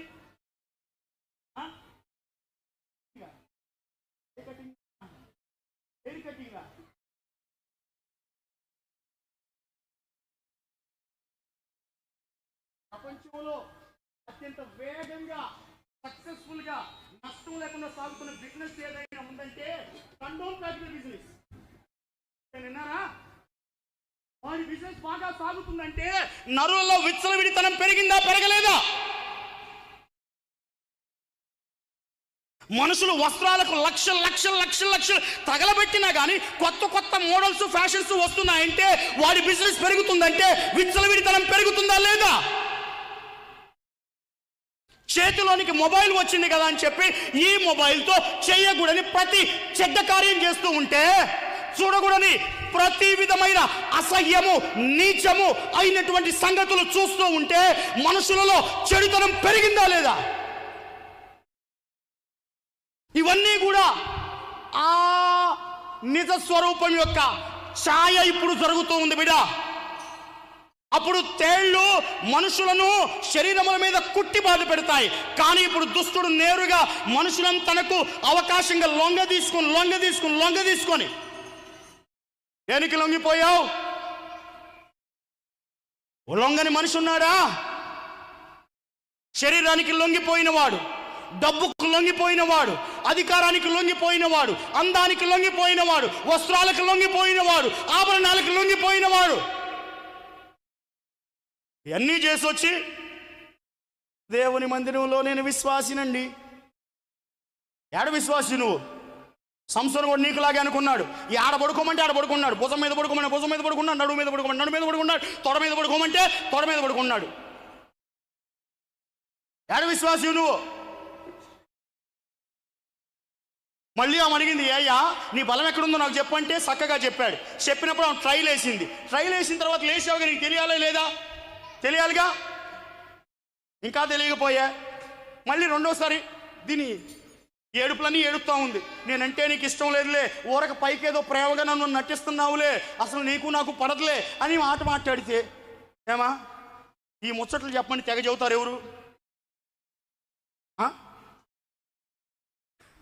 ఎవరు చెప్పేది ఈ ముచ్చట్లో? ఇళ్లలో అయితే చూడాలి, వద్దులే ఇది బహిరంగ సభ కాబట్టి చెప్పను. మళ్ళీ చెప్పింది, మళ్ళీ అడిగింది, మళ్ళీ చెప్పాడు, మళ్ళీ అడిగింది, మళ్ళీ చెప్పాడు. మొత్తం చెప్పిన తర్వాత నేను మొన్న ఒక ఊరు వెళ్ళాను, ఒక దేశం వెళ్ళాను. అక్కడ పందుల్ని బాగా మేపుతారు. ఆ పందులకి బఠానీలు వేసి పెంచుతారు. పందిని కోయాలి అనుకున్నప్పుడు దాన్ని గట్టిగా పట్టుకొని లాగామనుకునేది రాదు. నేను రాను అంటా ఉండి దానికి ఏం చేస్తాడంటే మెల్లగా దానికి ఇష్టమైన పచ్చ బఠానీలు వేస్తాడు. ఈ పచ్చ బఠానీలు వేస్తే అది పచ్చ బఠానీ తినకుండా వచ్చింది. ఆడు అక్కడ వేసుకుంటూ పోతాడు, ఇది తినుకుంటా పోదు, ఆడు వేసుకుంటూ పోతాడు, తినుకుంటా పోదు, వేసుకుంటూ పోతాడు, తినుకుంటా పోదు. ఇది పోయి ఆఖరికి కటింగ్ పెట్టే ఆ స్థలానికి తీసుకెళ్ళిపోతాడు దాన్ని. అయ్యో నిన్ను ఏ పచ్చ బఠానీ లాక్కెళ్తుందో నీకు అర్థమవుతుందా బిడ్డ? మమ్మల్ని పందులు అన్నాడు అనబాకండి, కానీ నువ్వు పచ్చ బఠానీలు లొంగిన మాట మాత్రం వాస్తవమా కాదా చెప్పు నాకు. ఎంగిలి కూడికి ఆశపడిన మాట వాస్తవమా కాదా చెప్పు. ఇవన్నీ ఇప్పుడు జరుగుతున్నాయే. అప్పుడు మనుషుల్ని ఒంట్లో బాధ పెట్టాలనుకుంటున్నాయి తేళ్లు, ఇప్పుడు మాత్రం సరదాగా లొంగ తీసుకుంటున్నాయి దెయ్యాలు. మరి ఇటువంటి దెయ్యాలు లొంగ తీసుకుంటున్న ఈ వేళలో ఈ లొంగిపోయిన సమస్య వల్ల మనకు బాధ కలగకూడదంటే మనం ఎండిపోయినట్టు ఉండాలా, పచ్చగా ఉండాలా బిడ్డ? ఎట్టా ఉండాలి? 52వ కీర్తనలో ఏమన్నాడు చదవండి. 52వ కీర్తన,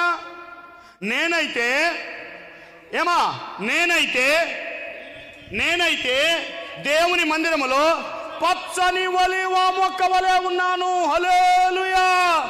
ఎలా ఉన్నాడడా? పచ్చగా ఉన్నాడడా? ఎలా ఉన్నాడు? పచ్చగా ఉన్నాడు. ఇప్పుడు చెప్పండి, పచ్చగా ఉన్న గడ్డికి ఈ దయ్యాలు హాని చేస్తాయా? పచ్చగా ఉన్న మొక్కలకి ఈ దయ్యాలు హాని చేస్తాయా?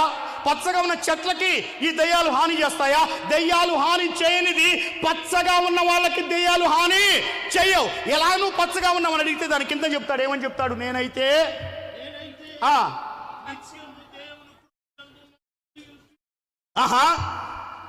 ఇంకా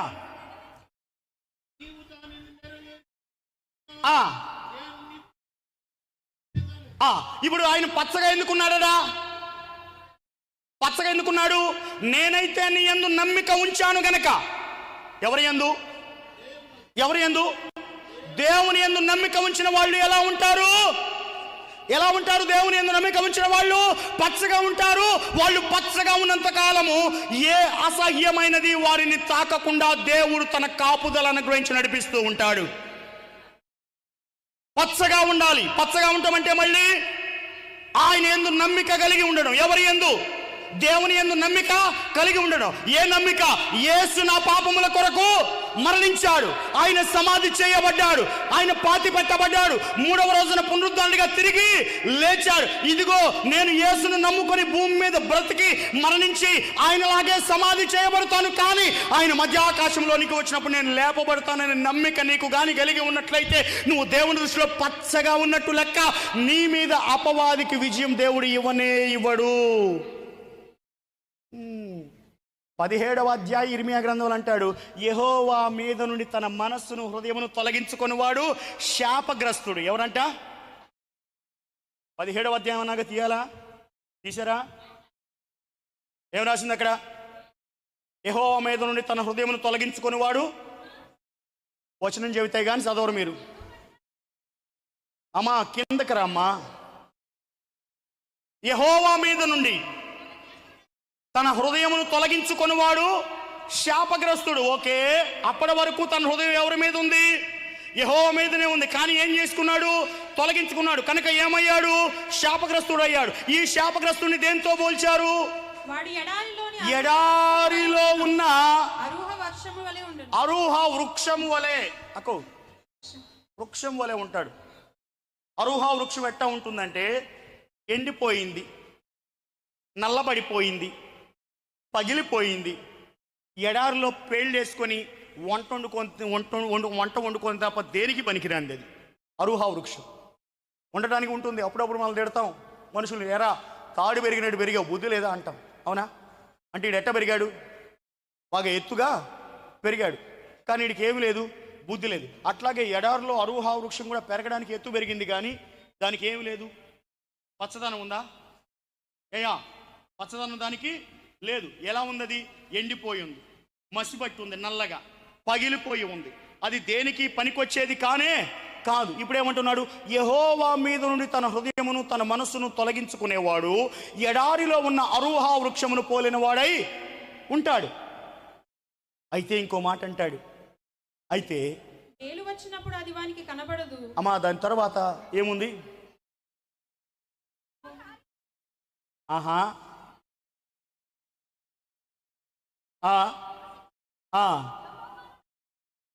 ఆహా ఆ మాట చూడండి. యెహోవాను నమ్ముకొనిన వాడు ధన్యుడు. నమ్ముకొనని వాడు శాపగ్రస్తుడు. నమ్ముకొన్నవాడు ధన్యుడు, నమ్ముకొనని వాడు శాపగ్రస్తుడు. ఇప్పుడు నమ్ముకున్న ధన్యుడు ఎలా ఉంటాడు? చదవండి ఒక మాట. ఎక్కడ నాటబడ్డాడు? ఇందాక అరుహ వృక్షం ఎక్కడుంది? ఎడారిలో. ఇప్పుడు ఈ మనుషుడు ఎక్కడున్నాడు? జలముల యొద్ద నాటబడ్డాడు. ఎడారిలో ఉన్న చెట్టుకి నీళ్ళ దగ్గర ఉన్న చెట్టుకి తేడా ఉందా లేదా? ఉంది. చదువక. అది కాలువలో ఓరెను దాని వేలు తన్నును. వెట్ట కలిగినను దానికి భయపడదు. భయం లేదు. దానికి ఆకు పచ్చగా నుండు. ఎలా ఉంటుంది ఆకు? ఇందాకేమన్నాడు 52వ కీర్తనలో దావీదు? నేనైతే నా దేవుని మందిరములో పచ్చని ఒలీవ మొక్క వలె ఉన్నాను. ఇప్పుడు ఇర్మియా ఏమంటున్నాడు? దాని ఆకు ఎలా ఉంటుంది? పచ్చగా ఉంటుంది. పచ్చగా ఉన్న వాళ్ళ మీదకి దెయ్యాలు వస్తాయా? పచ్చగా ఉన్న వానికి దెయ్యములు అధికారమును పొందుకొని విజయమును సాధిస్తాయా? సాధించావు. సాతాను విజయం పొందుకుంటాడా? పొందుకోడు. ఎందుకని? ఇతడు ఎక్కడ ఉన్నాడు? యెహోవాను నమ్ముకొని ఉన్నాడు గనక ఇతడు పచ్చగా ఉన్నాడు. యెహోవాను నమ్ముకోలేదు గనక వాడు ఎడారిలో అరుహ వృక్షములాగా ఉన్నాడు. యెహోవాను నమ్ముకున్నవాడు ధన్యుడు. యెహోవాను నమ్ముకున్నవాడు, ఆయన పైన ఆనుకున్నవాడు, జలముల యొర నాటబడిన వాడు. ఆ 1వ కీర్తన తెగ చెబుతారుగా, చెప్పండి కాసేపు. దివారాత్రము యెహోవా ధర్మశాస్త్రమందు ఆనందించువాడు ధన్యుడు. వాడు నీటి కాలవల యోరను నాటబాడిన వాడై ఆకు వాడిపోదు. వాడి ఆకు ఎన్నడు వాడిపోదన్న. వాడి ఆకు ఎన్నడు వాడిపోదు. ఆకు వాడిపోదు బిడ్డ. ఎలా ఉంటుంది మరి? వాడిపోకుండా పచ్చగా ఉంటుంది. ఎలా ఉంటుంది? పచ్చగా ఉంటుంది. ఇప్పుడు ఒక మాట చెప్పనివ్వండి నన్ను. మీరు నిజముగా దేవుని మీద నమ్మిక ఉంచిన వాళ్ళైతే మీ చుట్టూ ఎండిపోయిన వాళ్ళు ఎంతమంది తిరుగుతూ ఉన్నా, మీ చుట్టూ అరుహ వృక్షాలు ఎన్ని ఉన్నా, మీ చుట్టూ ఎడారి అనుభవాలు ఎన్ని ఉన్నా, మీ చుట్టూ చుట్టూ ఉన్న వాళ్ళని నువ్వు ఎగతాళి చేస్తున్నా, నువ్వు చేతగానోడివిరా. దేవుడి మందిరం అనే పేరు పెట్టుకొని, దేవుడిని నమ్ముకున్నావని పేరు పెట్టుకొని నువ్వు జీవితాన్ని ఎంజాయ్ చేయలేకపోతున్న వాడివిరా. అమ్మాయి, నువ్వు సుఖపడలేకపోతున్న దానివే. నువ్వు వయసుని ఏం చేసుకుంటావు, ఆగం చేస్తున్నావు దేవుడి పేరు మీద. నువ్వు అందాన్ని ఏం చేసుకుంటావు, ఆగం చేస్తున్నావు దేవుడి పేరు మీద. జ్ఞానాన్ని ఏం చేసుకుంటావు, ఆగం చేసుకున్నావు దేవుడి పేరు మీద అని నీ చుట్టూ ఎండిపోయిన మాటలు ఎన్ని వినబడుతూ ఉన్నా గాని, బండ మీద కట్టబడిన ఇల్లు, ఏ ఇల్లు? బండ మీద కట్టబడిన ఇల్లు. వానలు వచ్చెను, వరదలు వచ్చెను, తుఫాను వచ్చెను, గాలి వీచెను, కానీ ఇంత కూడా కదల్చలేకపోయెను. హల్లెలూయా. నీ చుట్టూ తిరిగే వాళ్ళు ఉంటారు, ఎగతాళి చేసే వాళ్ళు ఉంటారు. వాళ్ళందరూ కూడా అప్పుడప్పుడు నిన్ను ఎగతాళి చేస్తూ ఉంటారు. ఊరికొచ్చి మీ దేవుడు అంటావు, ఊరిక దేవుడు అంటావు. మేము చూడు దేవుణ్ణి నమ్ముకుంటాం, మా ఇష్టం వచ్చింది చేస్తాం. అవునా? దేవుణ్ణి నమ్ముకుంటాం, తినాల్సినవన్నీ తింటాం. దేవుణ్ణి నమ్ముకుంటాం, కట్టుకోవాల్సినవన్నీ కట్టుకుంటాం. దేవుణ్ణి నమ్ముకుంటాం, చేయాల్సిన ప్రయాణాలన్నీ చేస్తాం. దేవుణ్ణి నమ్ముకుంటాం, మాకు నచ్చిందల్లా చేస్తాం. మేము దేవుణ్ణి నమ్ముకుంటాము, చేస్తాము, మేము ఏదైనా చేయగలుగుతాము. మళ్ళీ మాకు ఏదో ఉందని చెబుతారు కదా ముచ్చటి. అక్కడ ముచ్చట చెప్పినప్పుడు కొన్నిసార్లు మనకు కూడా అనిపించింది, అరే నేను ప్రభువులోకి అనవసరంగా వచ్చానే, మరణం వరకు నమ్మకంగా ఉంటానే, బాప్తిసం తీసుకునేటప్పుడు మాట ఇచ్చానే, అరే బాబా నేను కొంతకాలం ఆగితే బాగుండేది అనిపించింది. అవునా? అనిపించింది. అప్పుడప్పుడు మనం ప్రార్థన చేయడానికి మోకాళ్ళు వేసామనుకో, ఆడి మాటలే మన చెవులోకి వస్తాయి. ఎవడి మాటలు? ఆ ఎగతాళి చేసి మనల్ని కొంచెం మోటివేట్ చేయాలని చూస్తాడే, ఆడి మాటలే చెవులోకి వస్తాయి. ఈ డిస్టర్బెన్స్ అంతా ఉన్నప్పుడు, ప్రభువా ఇంకొంచెం ఒక అవకాశం ఇస్తే కనుక నేను వెళ్తా, ఆడేదో చేసి వస్తా, మళ్ళీ నీ దగ్గరకు వస్తా అని అన్నావే అనుకో, నువ్వు ఎండిపోవడానికి దగ్గరగా ఉన్నావా, పచ్చగా ఉండడానికి దగ్గరగా ఉన్నావా? దేనికి దగ్గరగా ఉన్నావు? ఎండిపోవడానికా, పచ్చగా? మనుషులందరూ కూడా నీ చుట్టూ ఉన్నవాళ్ళు ఎండిపోయిన ఆత్మీయ అనుభవాల్లో ఉండి లోకంలో ధనవంతులు అనుకుంటున్నప్పుడు, మనుషులందరూ ఎండిపోయిన అనుభవాల్లో ఉండి జ్ఞానవంతులం అనుకుంటున్నప్పుడు, మనుషులందరూ కూడా ఎండిపోయిన అనుభవాల్లో ఉండి గొప్పవారం అనుకుంటున్నప్పుడు, ఒక్క విషయం గుర్తు చేసుకో బిడ్డ, దేవుడు ఎన్నిక కలిగిన వారిని పిలుచుకోలేదు కానీ,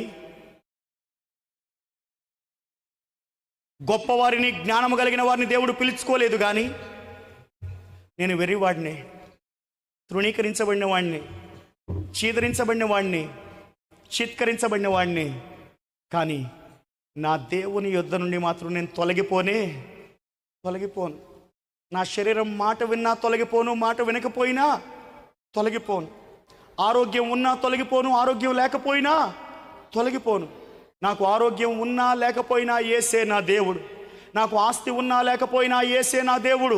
నాకు అందం ఉన్నా, జ్ఞానం ఉన్నా లేకపోయినా యేసే నాకు దేవుడు. నా ఇల్లు చక్కగా నడుస్తున్నా నడవకపోయినా యేసే నాకు దేవుడు. నా భార్య మాట విన్నా వినకపోయినా యేసే నాకు దేవుడు. నా పిల్లలు నేను చెప్పినట్టు వింటున్నా వినకపోయినా యేసే నాకు దేవుడు. పరిస్థితులను బట్టో, కాలములను బట్టో, సందర్భములను బట్టో నా దేవుణ్ణి నేను మార్చుకోవడానికి ఇష్టపడని ఎవరైతే బండ మీద కట్టబడిన ఇల్లు వలె నిలవబడి ఉంటారో వారు పచ్చగా చిగురించే కృప దేవుడు వారికి దయచేస్తాడు.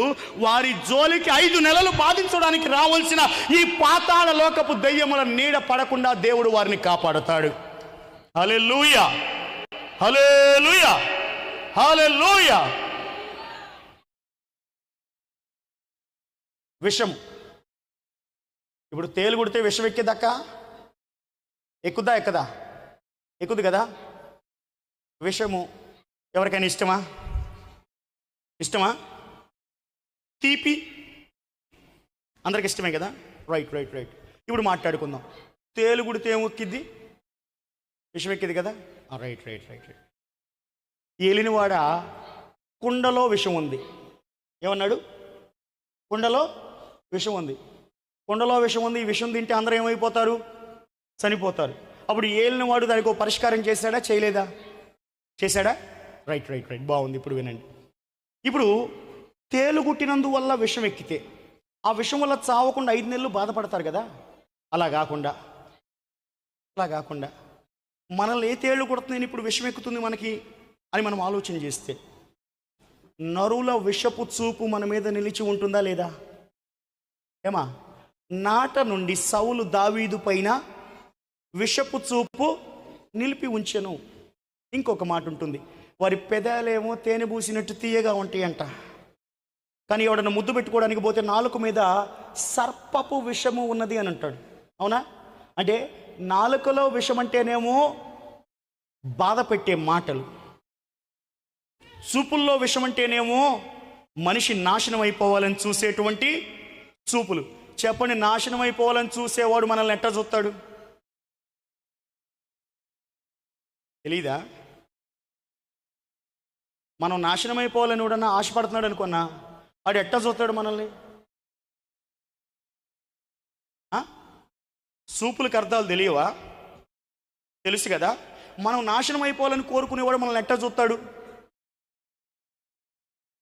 సర్లే, మీరు చెప్పట్లేదుగా, నా ప్రసంగాన్ని తొందరగానే ముగిస్తాను. అయ్యగారు ఇచ్చిన టైం కూడా అయిపోవచ్చేసింది. చూపులు విషపు చూపులు అంటే నాశనం అయిపోవాలి. ఈడెప్పుడు నాశనం అయిపోతాడు? అవునా? పల్లెటూరు మహాఘోరం. ఈడింట్లో ఉన్న కంప తీసుకొచ్చి ఎదురింట్లో వేస్తాడు.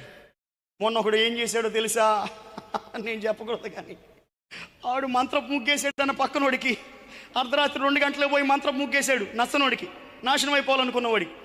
ఆడు నిద్రలేసిగానే విశ్వాసి, అన్నా అన్నా అన్నా అన్నా అన్నా ఏమైందిరా అంటే, నా దగ్గర ఎవడో శాతపడి ముగ్గేశాడన్నా. ఏమేశాడు? శాతపడి ముగ్గు ఎందుకు వేస్తారు? శాతపడి ముగ్గు ఎందుకు వేసావురా? వాడు నాశనం అవ్వాలనేనా? ఎదుటోడు నాశనం అవ్వాలని కోట్లు కోట్లు ఖర్చు పెట్టేవాళ్ళు ఉన్నారా లేదా? ఎదుటోడు నాశనం అవ్వాలని వల వేసేవాళ్ళు ఉన్నారా లేదా? ఎదుటోడు నాశనం అవ్వాలని చాలా హనీ ట్రాప్ చేసేవాళ్ళు ఉన్నారా లేదా? మన నాశనాన్ని కోరుకునే వాళ్ళు చాలామంది ఉంటారు. పాస్టర్ గారు నా నాశనం ఎప్పుడు కోరుకోవట్లేదు, నేను మంచోడిని అనేవాళ్ళు చేతులు ఎత్తండి. ఏదో ఒక మూలాన, ఏదో ఒక కోశాన మనం చెడిపోతే బాగుండని, మనం నాశనం అయిపోతే బాగుండని, మన సంతానం పాడైపోతే బాగుండని, మన సంఘం పాడైపోతే బాగుండని, మన ఇల్లు పాడైపోతే బాగుండని, మన కుటుంబం పాడైపోతే బాగుండని కోరుకునేవాడు ఉంటాడా లేడా? వాడి చూపుల్లో కనపడిద్ది, వాడి మాటల్లో కనపడిద్ది. అయితే కుండలో ఉన్న విషము విరగాలి అంటే ఏమేశాడు? కుండలో ఉన్న విషం విరగాలి, వాడి విషపు చూపు విరిగిపోవాలి. సౌలు కుటుంబం నానాటికి తగ్గిపోయింది, దావీదు కుటుంబం నానాటికి వర్ధిల్లింది. వీని విషపు చూపు దావీదు మీద పని చేయలేదు. ఎందుకంటే దావీదు, నేనైతే దేవుని మందిరంలో పచ్చని ఒలీవ మొక్క వలె ఉన్నాను. దేవుని మీద ఆనుకున్న వాడికి ఎటువంటి మంత్ర ప్రయోగాలు పనిచేయకుండా దేవుడు బలమైన అభిషేకం ఇచ్చి నడిపిస్తాడు. హల్లెలూయా. దేవుని నమ్ముకున్న వాడికి శ్రమల మార్గములో గుండా వెళ్ళినా కానీ నిరీక్షణాస్పదమును ఆయన కలుగు చేస్తాడు. ఎండిన ఎముకల లోయలోనైనా సరే ఆయన మహాసైన్యమును చేసి నిలవబెట్టి పచ్చగా నిన్ను నడిపిస్తాడు. బిడ్డ, నరుల విషపు చూపులు నీకు హాని చెయ్యవు, నరుల విషపు మాటలు నీకు హాని చెయ్యవు. నీకు బాధ కలిగించడానికి వాళ్ళు ప్రయత్నం చేయొచ్చు గాక, దేవుని దగ్గర నువ్వు పచ్చగా ఉన్నంత కాలం దావీదు వర్ధిల్లినట్లు నువ్వు వర్ధిల్లే కృప దేవుడు నీకు నిశ్చయముగా దయచేస్తాడు. హల్లెలూయా. ఆఖరిగా ఒక మాట చెప్పి ముగించేస్తాను. హోషేయ గ్రంథంలో ఎఫ్రాయిము ఎఫ్రాయిము ఎఫ్రాయిము అని మాటి మాటికి దేవుడు చెబుతాడు. ఎఫ్రాయిము నన్ను కాదన్నాడు గనక అది గర్భఫలం పండదు, వాళ్ళందరూ పీక్కుపోతారు, వాళ్ళందరూ ఎండిపోతారని వరుసగా తిట్టుకుంటా వచ్చి చివరి అధ్యాయం హోషేయ గ్రంథం చివరి అధ్యాయం ఏది? 14లో ఎఫ్రాయిమును ఆశీర్వదిస్తూ పలికిన మాట చదవండి. ఎన్నో వచనమది? చెట్టునకు మంచు ఉండునట్లుగా నేను అతనికి తోడై ఉండేదను. ఎన్నో వచనమక? 5వ వచనం. అక్కడి నుంచి చదువు కిందకి.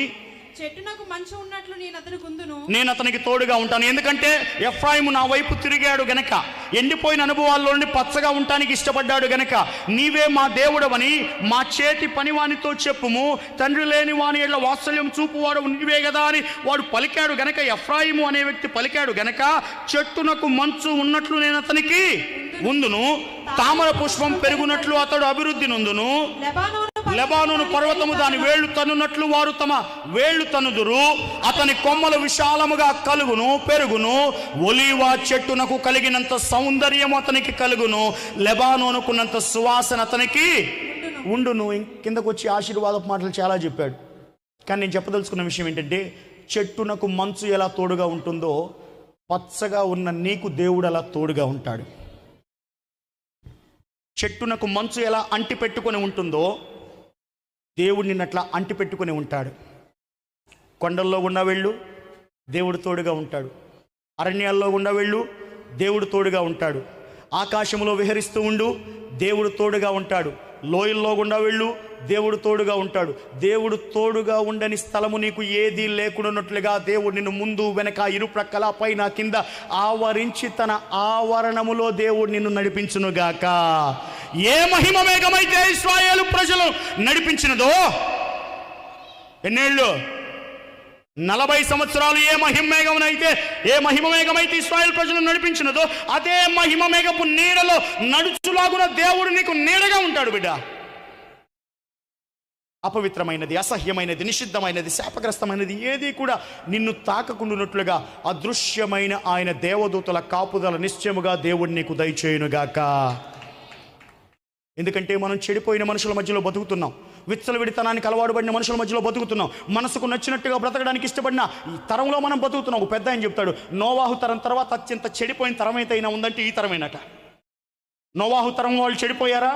తినేవాళ్ళు, త్రాగేవాళ్ళు, పెండ్లి చేసుకునేవాళ్ళు, పెండ్లికి ఇచ్చేవాళ్ళు. ఇక ఇలా బడి అంతా ఇదే, తింటం తాగడం, అంతేనా? ఇవాళ కూడా ఒళ్ళోంచి పని చేసేవాడు ఉన్నాడా? అయ్యా తైక్కమంటే బిర్యానీ వేస్తున్నాడు, అవునా? బిర్యానీ తిన్నాక థమ్సప్ వేస్తున్నాడు, థమ్సప్ వేసాక మంచం ఎక్కుతున్నాడు, మంచం ఎక్కాక లేస్తున్నాడు, సాయంకాలం లేవగానే మళ్ళీ అడిగి టీ పడేయాలి. ఇదే ఈ బడి, తినడం తాగడం, తినడం తాగడం ఇదే. తినటానికి ఇది సమయమా?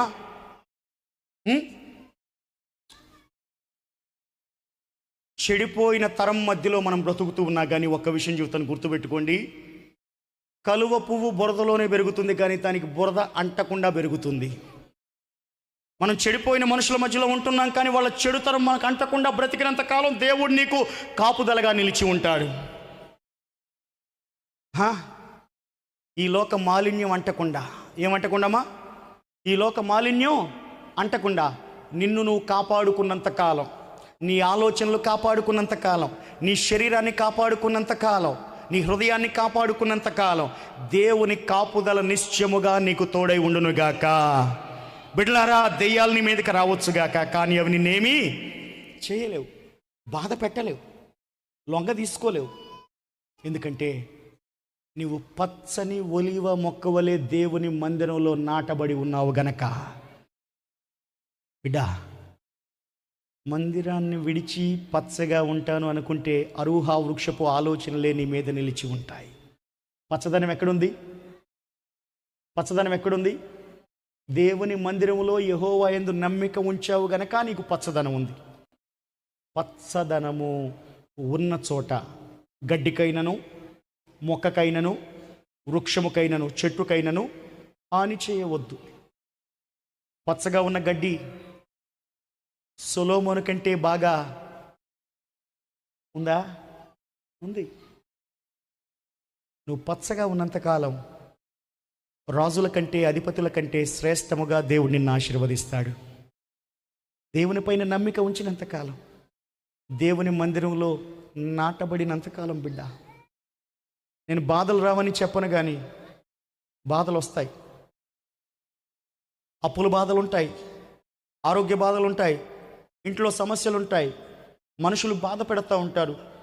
కొన్నిసార్లు అన్నం తిందామంటే ప్లేట్లో భోజనం ఉంటుంది, కానీ తినడానికి మనస్సు రాదు. కొన్నిసార్లు పడుకుంటాం, మెత్తటి పరుపుల మీద పడుకుంటాం, కానీ నిద్ర పట్టదు. కొన్నిసార్లు బీరువా నిండా బట్టలే ఉంటాయి, మంచి బట్ట కట్టుకోబుద్ధి కాదు. జీవితం అంతా వైరాగ్యపు అనుభవాల్లో వెళ్ళిపోతూ ఉంటుంది. అన్ని బాధల మధ్యలో కూడా నీకు ఒక ధైర్యం ఏమిటంటే, నేను నా దేవుని మందిరంలో పచ్చని ఒలీవ మొక్క వలె నాటబడి ఉన్నాను గనక దేవుడు నాకు ఆలస్యం చేస్తాడేమో కానీ అన్యాయం మాత్రం చేయడు. ఈ ధైర్యంతో కొనసాగు. దుష్టుడి మీద అంతిమ విజయం నీదే అగునట్లుగా దేవుడు నిన్ను, నీ విశ్వాసాన్ని వృద్ధిపరిచి ఆశీర్వదించునుగాక. తలలు ఉంచుకొని కళ్ళు మూసుకొని ప్రార్థన చేసుకుందాం. చిన్న చిన్న బాధలకు లేదా పెద్ద పెద్ద కష్టాలకు అల్లాడిపోతున్నట్లుగా నువ్వు ఉంటే, ఈ జీవిత ఈత నేను ఈదలేను ప్రభువా, ఈ కష్టాలు నేను పడలేను నాయనా అని జీవితం మీద వైరాగ్యం చెందిన స్థితిలో నువ్వు ఉంటే, ప్రభు నీతోనే మాట్లాడుతున్నాడు. బిడ్డ, ఎన్ని బాధలు వచ్చినా, ఎన్ని కష్టాలు వచ్చినా, ఎన్ని శారీరక ఇబ్బందులు వచ్చినా, ప్రభు ఈ రాత్రి నీకు చెప్తున్న మాట, దయ్యముల వంటి సమస్యలు సైతం నీ మీదకి దిగి వచ్చిన, నేను బలవంతం చేస్తున్న బాధలు నీ మీదకి వచ్చిన, భయపడవద్దు బిడ్డ, వెనకడుగు వేయవద్దు, దేవుని మీద అనుమానం పెంచుకోవద్దు, దేవుని అభిషేకాన్ని పోగొట్టుకోవద్దు. హల్లెలూయా.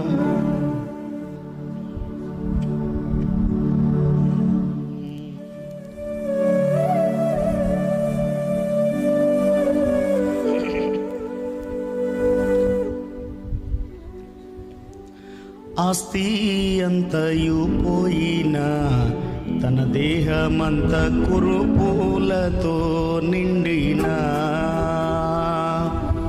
ఆస్తి అంతయు పోయినా, తన దేహమంత కురుపులతో నిండినా, అన్నీ ఇచ్చిన తండ్రి అన్నీ తీసుకుపోయే, అన్నీ ఇచ్చిన తండ్రి అన్నీ తీసుకుపోయే అని యోబు పలుకాలేదా? ఓ భక్తుడా, అన్నీ మరలా పొందాలేదా అని యోబు పలుకాలేదా? ఓ భక్తుడా, అన్నీ మరలా పొందాలేదా? భయము చెందకు భక్తుడా, ఈ మాయాలో కపు ఛాయాలో చూచినప్పుడు, భయము చెందకు భక్తుడా, ఈ మాయాలో కపు ఛాయాలో చూచినప్పుడు, భయము చెందకు నీవు, దిగులు చెందకు నీవు, భయము చెందకు నీవు, దిగులు చెందకు నీవు, జీవామిచ్చిన యెహోవా ఉన్నాడు. భక్తుడా, ప్రాణం పెట్టిన యేసయ్యున్నాడు. జీవామిచ్చిన యెహోవా ఉన్నాడు. ఓ భక్తుడా, ప్రాణం పెట్టి యేసయ్యున్నాడు. జీవామిచ్చిన యెహోవా ఉన్నాడు. ఓ భక్తుడా, ప్రాణం పెట్టిన యేసయ్యున్నాడు.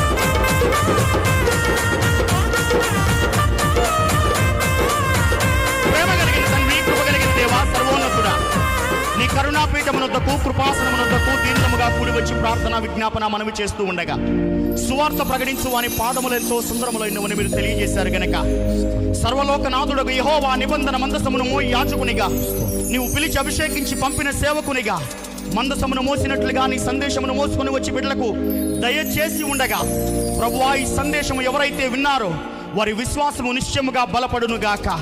ప్రభువా ఈ లోకములో బాధలు భయములు ఎన్ని ఉన్నను కానీ తండ్రి వాటన్నిటిలో నుండి బిడ్డలు విజయమును పొందుకున్నట్లుగా నిశ్చయముగా ఈ దినములలో వారికి కావలసిన ధైర్యమును నీవు అనుగ్రహించుదువు గాక అని ప్రార్థన చేస్తూ ఉండగా తండ్రి వారి మీదకి ఆత్మాభిషేకపు అగ్ని వలె మీరు దిగిరండి నాయన, ఒక బలమైన గాలి వలె దిగిరండి ప్రభువా. నిత్య నూతనమైన ప్రకాశమానమైన వెలుగు వారిని ఆవరించినట్లుగా సహాయము దయచేయండి. గొర్రెపిల్ల జీవ గ్రంథంలో పేరు లిఖించబడిన వారై పరలోక ప్రవేశ ద్వారములు ఎదుట సిగ్గుపడినట్లని యోగ్యులుగా నీ యొద్ద నుండి బల నమ్మకమైన మంచి దాసుడా, బల నమ్మకమైన మంచి దాసురాలా అని నీ యొద్ద నుండి మెప్పు మహిమ అతిశయమును పొందుకునే కృప నిశ్చయముగా ఈ వాక్యమైన బిడ్డలకు మీరు దయచేయండి. శరీర బలహీనతలో ఉన్న వారికి ఆరోగ్యమును దయచేయండి. సావు భయముతో ఉన్న వారికి దీర్ఘాయుష్ను మీరు అనుగ్రహించండి. కలవరములో ఉన్న వారికి నెమ్మదిని దయచేయండి. ప్రభువా మరి ఒకసారి నీ సేవకునిగా వీరి నిండు మనసుతో ఆశీర్వదిస్తూ ఉండగా ఈ అల్పదాసుని ఆశీర్వాదము వీరి తలలపైన నిత్యానందముగా నిలిచి ఉండును గాక. ఈ పరిచర్యను ఆశీర్వదిస్తూ ఉన్నాను ప్రభువా. అయా నీ రాకడ వరకు కూడా ఈ పరిచర్య నిలిచి ఉండునట్లుగా మీరు సహాయము దయచేయండి. ఆత్మ నడిపింపును దయచేయండి. కృపావాక్యమును అనుగ్రహించండి. కృపావాక్యము వీరి జీవితములలో నిశ్చయముగా విస్తరించి ఫలించున్నట్లుగా సహాయము దయచేయమని ఈ బిడ్డలను, ఈ సంఘమును, ఈ పరిచర్యలను బాధ పెట్టాలని బలహీన పెట్టాలని ప్రయత్నిస్తున్న ప్రతి విధములైన దుష్టుని కార్యముల నుండి, శత్రువు క్రియల నుండి, అంధకార చీకటి సంబంధ శక్తుల ప్రభావముల నుండి, నరుల విషపు చూపుల నుండి యేసు పరిశుద్ధ నామములో విడుదల ప్రకటిస్తూ ఉండగా అపవాదినికి ఎట్టి అధికారం లేదని యేసు నామములో గర్జిస్తూ ఉండగా నిజముగా నిశ్చయముగా ఈ ప్రార్థన మనవి మీరు ఆలకించి పరలోకము నుండి కరుణా కటాక్షములు, దయాదాక్షిణ్యములు, కృపావాత్సల్యములు ఈ బిడ్డలకు అనుగ్రహించి మహిమ పొందుకొనమని యేసు పరిశుద్ధ నామములు అడిగి వేడుకొని ప్రార్థన చేయించున్నాము తండ్రి. ఆమేన్.